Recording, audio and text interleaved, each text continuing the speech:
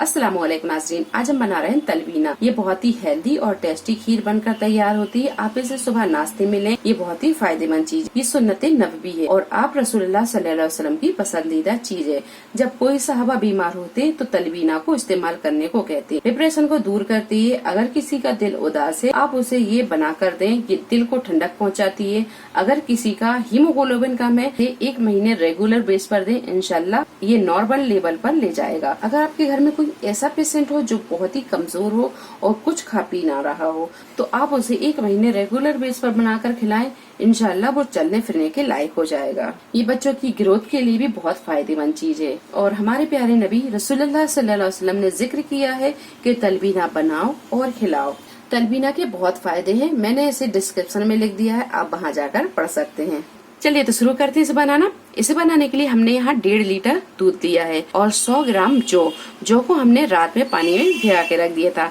जो अच्छी तरह भीग गई। कम से कम आप इसे 5 से 6 घंटे के लिए भिगा के रखें और अच्छे रिजल्ट के लिए आप इसे पूरी रात भिगा के रखें और सुबह आप इसे बनाएं। सुबह सुबह खाना तलबीना बहुत अच्छा होता है और कच्ची जो इस तरह होती है, ये मार्केट में बड़े आसानी से मिल जाती है। ये देखिए, शहद लेंगे और खजूर लेंगे। खजूर को काट कर इसकी गुठलियों को आप हटा दें।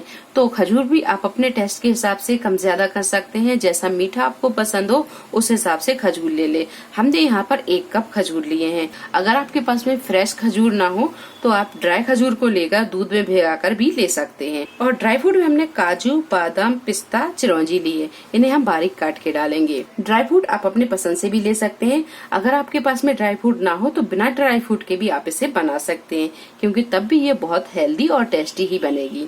तो सबसे पहले हम रखते हैं दूध को पकने के लिए। दूध में जब अच्छी तरह उबाल आने लगे तो इसमें हम डालेंगे ये जौ।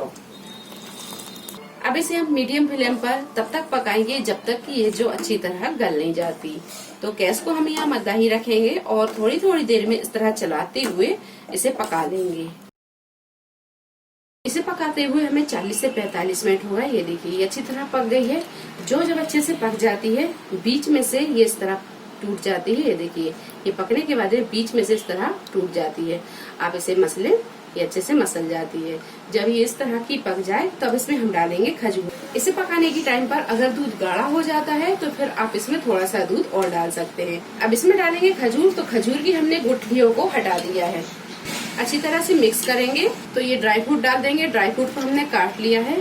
ड्राई फ्रूट हम थोड़े से बचा के रखेंगे, बाद में गार्निशिंग। अब इसे थोड़ी देर हम और पका लेंगे। गैस को अभी हमने बिल्कुल मद्दा ही रखा है। मध्य फ्लेम पर ही इसे हम पका रहे हैं। खजूर डालकर भी इसे हमने थोड़ी देर और पका लिया है। ये तलबीना बनकर तैयार है। इसमें हम डालेंगे कुटी हुई इलायची। आप इलायची का पाउडर भी डाल सकते हैं।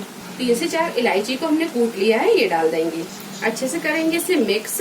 गैस को करेंगे हम बंद और इसे कर लेते हैं डिश आउट। तलबीना को हमने एक डिश में निकाल लिया है। ऊपर से हम डालेंगे ये ड्राई फ्रूट जो हमने बचा के रखे थे।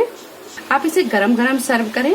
जब आप इसे सर्व करें तभी आप इसमें शहद डालें। तो अब इसमें हम डालेंगे शहद। शहद आप अपने हिसाब से देख लें, जितना आपको पसंद हो उस हिसाब से आप इसमें शहद डाल लें। तलबीना बनाएं, आप खाएं, अपनी फैमिली को खिलाएं। ये बहुत ही ताकतवर चीज है। डिस्क्रिप्शन में जाकर आप इसके फायदे और भी देख सकते हैं। रेसिपी पसंद आई हो लाइक और शेयर करें, चैनल को सब्सक्राइब करें। तो अगली एक नई रेसिपी के साथ फिर हाजिर होते हैं। तब तक आप अपना ख्याल रखें। अल्लाह हाफिज।